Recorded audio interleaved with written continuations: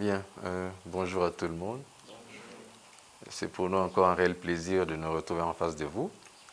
Alors, on va essayer de brosser rapidement la situation épidémiologique au sein de l'antenne DPS. Comme vous le savez très bien, on a cessé de le dire, il y a toujours les aspects Ebola et les aspects de la maladie à coronavirus. Bon, pour Ebola, l'élément assez particulier, c'est que nous avons clôturé la phase de 90 jours post-déclaration de la fin de cette épidémie, depuis avant-hier. Et la synthèse des échantillons reçus au niveau de laboratoire la semaine passée est telle que nous avons reçu 155 échantillons, tous étaient négatifs. Donc là, en ce qui concerne la phase de la surveillance renforcée, au fait, des 90 jours, tout s'est très bien passé. Par contre, pour le volet de la maladie à coronavirus, c'est là où la situation est toujours très préoccupante, par le simple fait qu'on enregistre de plus en plus des nouveaux cas au sein de l'antenne DPS. Et au-delà de cela, on est vraiment marqué par cette rupture des médicaments. On a des soucis très sérieux par rapport aux intrants qui peuvent nous aider à faire des prélèvements et aussi des cartouches pour arriver à analyser les échantillons que nous recevons au niveau du laboratoire. C'est un peu ça la particularité, sans oublier bien sûr la situation de la grève sèche que nos amis, le personnel non médical, a enclenché depuis hier. Alors, pour la semaine 30, il faut d'abord dire qu'en termes de cumul des cas, depuis qu'on avait déclaré le premier cas Covid, nous sommes à 1822, donc à 1822 cas confirmés à la date d'avant-hier. Et dans ces 1822 cas confirmés, nous avons 939 hommes, soit 51,5%. Nous avons 883 femmes, ce qui représente 48,5%. Quant aux guérisons, nous en avons enregistré 1193, ce qui représente 65%. Les décès, il y en a eu, ça fait 185 décès au sein de l'antenne DPS, faisant ainsi une létalité de 10,15%. Alors, lorsqu'on essaie de prendre la ville de Butembo à elle seule avec ses deux zones de santé, le cumul à ce jour est de 884 cas. Bien sûr, 844 cas comme cumul, excusez-moi. Alors, avec ça, la ville de Butembo a une létalité de 9%. Lorsqu'on prend la ville de Béni, le cumul à ce jour, du moins la journée d'avant-hier soir, était de 312, avec une létalité de 18% pour la ville de Béni. Alors, lorsqu'on essaie de voir les zones qui sont les plus touchées au sein de l'antenne DPS, c'est pratiquement la même chose, avec Katoa qui accuse un cumul de 464 cas confirmés, Butembo 380, Béni 312, Kiondo 181, Moussénéné 125. Et les trois zones les moins touchées, il y a Mabalako avec 2 cas, Alimbongo 3, Lubero 9. Et je vous dis très bien que ce sont les chiffres de la semaine 30. Alors, qu'en est-il des nouveaux cas enregistrés lorsqu'on prend le laboratoire INRB Béni et le laboratoire INRB Butembo? Le cumul, du moins le total reçu ou enregistré en termes de positifs, nous avons enregistré 232 cas positifs. Et les 232 cas, nous avons 189 qui ont été notifiés au niveau de l'INRB Béni et 43 au sein de l'INRB Béni. Excusez-moi, 189 à Butembo et 43 à Béni. Alors, en essayant de voir maintenant la répartition de ces cas dans les différentes zones, Alimbongo a pu notifier 2 nouveaux cas, Biena 2, Butembo 32, Kalunguta 1, Katoa 52, Kiondo 30, Lubero 2, Mangrojipa 1, Masereka 16, Moussénéné 13, Vuovi 33, Kaina 5, et les 43 autres, c'est pour Béni et Oicha. Alors, avec ça, lorsqu'on essaie de voir vraiment les cas pendant les 3 dernières semaines, à savoir la semaine 28, la semaine 29 et la semaine 30, on constate que vraiment, il y a une croissance. Parce que lors de la semaine 28, je vous avais dit qu'on avait enregistré 193 cas. La semaine 29, on en a enregistré 201. Et la semaine 30, on en a enregistré 232. Avec ça, vous voyez que vraiment, les cas sont de plus en plus croissants.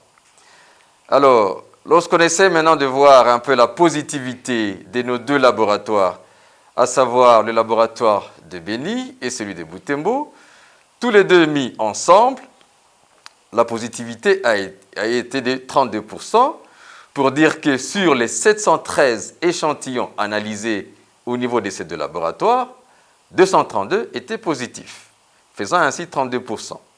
Alors, INRB Butembo, la positivité a été de 30,7%. Par contre, à Beni, la positivité était de 43%. Alors, qu'en est-il de la situation au niveau de CETECO? À Beni, nous avons 11 malades hospitalisés, dont 4 sous oxygène, sans oublier qu'on en avait perdu 2. Donc, il y a eu 2 décès au niveau du CETECO Beni. Quant aux cliniques universitaires de Graben, donc là, il y a 5 malades, dont 2 sous assistance respiratoire. Kitatumba, nous avons 6 malades, avec 2 qui sont sous assistance respiratoire. Les 4 autres sont assez stables. Alors, lorsque nous prenons Katoa, nous avons 9, dont 3 qui sont sous oxygène. Alors, en ce qui concerne la vaccination, on vous a bien dit que on attend toujours les vaccins. On n'en a pas encore reçu. Et c'est une situation qui est nationale. Alors, les difficultés. Oui, il y a des difficultés. Je vous ai dit que la première difficulté, c'est en lien vraiment avec la grève du personnel non médical, les infirmiers et tous les autres, depuis hier, le 2 août. Le problème d'intrants demeure, beaucoup de ruptures en termes de médicaments, en termes de kits de prélèvement, et ça ne nous permet pas de bien mener nos actions. L'autre élément assez particulier aussi, qui est vraiment important, c'est que les machines que nous avons à Beni fonctionnent pratiquement à 25%. Je vois nos machines GenExpert. Donc, nous n'avons que 4 modules qui sont utilisés sur les 16 modules, donc à peine 25%. Et avec ça, vous comprenez que Beni ne fait pas assez d'analyse parce qu'il y a un problème. Lorsqu'on voit l'autre aspect en lien avec la prise en charge, donc l'oxygène qui est vraiment un élément capital pour la prise en charge, on a cessé de dire qu'on a des soucis. C'est vrai que nous avons des concentrateurs d'oxygène, mais ce n'est pas assez. Et on a perdu beaucoup de malades comme ça. Donc, il nous faut vraiment un centre de production d'oxygène. Parce qu'avec cette situation-là, les quelques malades qui ont quand même un peu de moyens essayent d'évacuer leurs membres de famille pour aller être pris en charge à Goma. Malheureusement, avec ça, nous enregistrons quand même des cas vraiment tristes. Il y a des personnes qu'on a évacuées vers Goma, mais qui malheureusement sont décédées parce qu'étant arrivées à Goma en retard. Et ça, c'est une situation vraiment qui nous fait très très mal. Et à cette allure, c'est vraiment très difficile. Il faut que le gouvernement au niveau national puisse vraiment nous venir en aide. L'autre élément, c'est par rapport aux mesures barrières qui posent toujours problème. Ce respect, on ne respectait pas vraiment les mesures barrières. Et vous comprenez qu'avec ça, je vous avais dit que la fois dernière, que la souche Delta était déjà là, ce variant est là. Vous connaissez un peu sa virulence, sa vitesse de propagation. Voilà, on enregistre de plus en plus des cas. Donc, je demande encore à mes chers frères vraiment de faire un effort pour respecter les mesures barrières. Voilà un peu le petit condensé. Peut-être si on doit essayer de dire les éléments un peu, en espérant que vous allez trouver satisfaction à nos quelques modestes réponses. Bien. Par rapport à la machine de Beni, ça je reviens à Madame Florida, depuis quand on n'a que 4 modules, depuis quand le fonctionnement il est à peine à 25%. Cette situation, ça fait quand même plus de 3 semaines qu'on est dans cette situation-là. Et on a déjà fait remonter les informations auprès des autorités pour dire voilà, en tout cas à Beni, nous avons un souci, les modules sont en panne, il faut essayer de nous appuyer. Bon, il y a des promesses, mais ça traîne un peu. Et quand vous essayez de voir chaque fois, Beni ne réalise pas autant d'analyses que Butembo. Bien sûr, vous comprenez que le problème, ce sont les machines. Alors, soit qu'on nous donne carrément de nouvelles machines, soit qu'on puisse changer les modules qui sont en panne. Parce que ce sont là les deux voies, les deux solutions. Alors, donc je vais continuer encore à insister auprès des autorités tant locales que nationales pour qu'on puisse quand même voir le problème de l'INRV Beni, pour qu'on puisse arriver vraiment à nous donner des modules, parce que ce sont des machines qui sont quand même là depuis assez longtemps. Donc les machines, lorsqu'elles sont utilisées, à un moment donné, elles vieillissent. Et sans oublier qu'à Beni, l'INRV Beni n'a pas du courant de manière permanente. Donc on continue encore à utiliser le groupe électrogène. Et ça impacte négativement sur le fonctionnement. Ici à Butembo, on a ENK. À Beni, ENK est là aussi. Et d'ailleurs, à l'hôpital, nous avons ENK. Mais à quelques pas, à quelques mètres, on n'a pas ENK. On a essayé de soumettre des problèmes pour qu'il y ait quand même cette électrification qui soit assurée de manière permanente. Mais on n'a pas encore une solution. Donc là, j'appelle encore aux autorités qu'on puisse nous aider à avoir du courant de manière permanente au niveau du laboratoire. Qui dit que ce ne sont pas toutes ces perturbations-là avec les groupes électrogènes qui endommagent nos machines? C'est peut-être ça aussi. Donc, il faut du courant stable. Voilà. Ça pourra permettre de résoudre tant soit peu les problèmes. Donc, qu'on ait d'autres machines ou qu'on arrive à nous donner des modules neufs qui permettront au laboratoire de fonctionner à 100% ou à 90% de régime normal. Alors, pour les chiffres de Beni, ça je vais revoir dans ma base, je pourrai toujours vous communiquer pour qu'on soit très précis.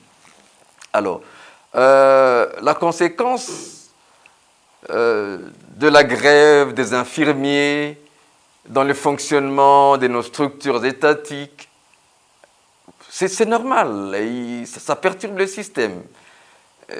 Plus rien ne va. Hier, j'ai parlé avec un collègue à Beni qui avait son épouse qui était malade au niveau de l'hôpital, mais il a dû amener son épouse dans une structure privée. Vous vous rendez compte? Et celui-là, c'est un prestataire, lui-même déjà. Donc, logiquement, quand le personnel infirmier avec les autres vont en grève, ça perturbe le système. Conséquence, on risque d'avoir encore beaucoup de décès. Sans oublier que déjà, on en a enregistré pas que seulement ils étaient en grève, mais ils étaient là par manque d'équipement. Il y a des membres des familles ou des personnes qui ont été déplacées, qui sont arrivées à Goma en retard. Malheureusement, elles sont décédées. Et qu'en est-il du petit peuple qui ne sait même pas se déplacer? Est-ce qu'on va déplacer toute la population vers l'endroit où il y a de l'oxygène? Du moins, les cas qui en ont besoin, qui sont en détresse respiratoire, ce n'est pas possible.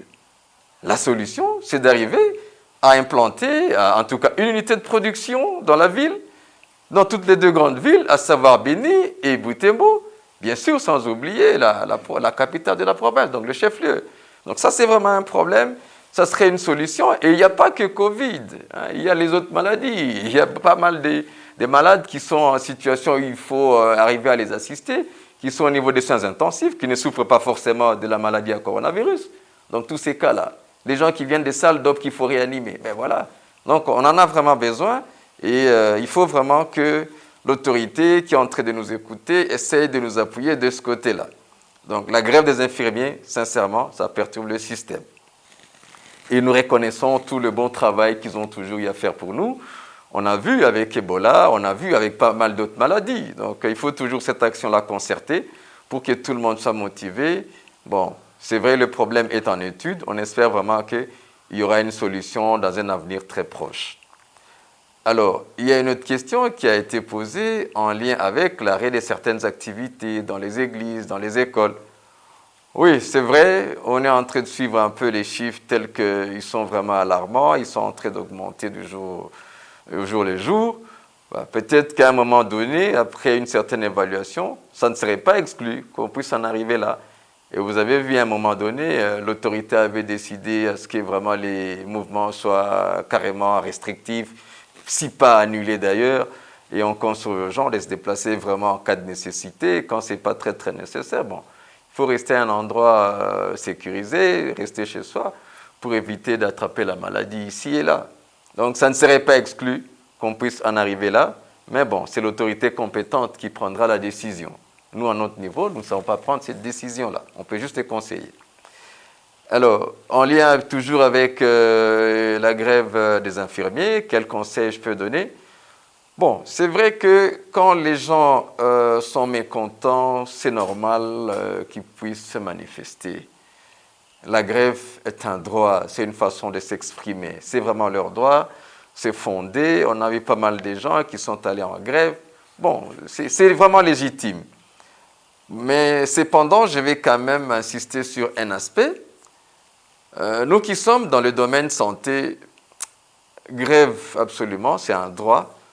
Mais essayons de voir comment continuer à prendre, dans une certaine mesure, les cas urgents, les cas qui sont vraiment, qui nécessitent une assistance.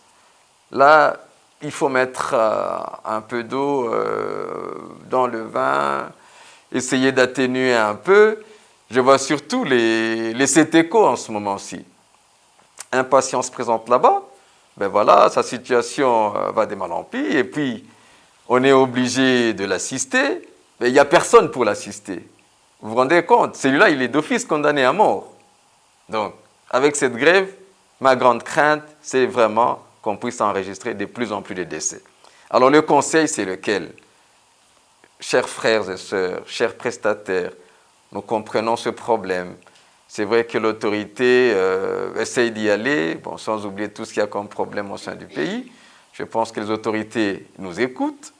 C'est question de voir comment maintenir quand même un service minimum pour que les cas des femmes qui viennent accoucher, une femme qui doit subir une césarienne, qu'il y ait des gens pour aider.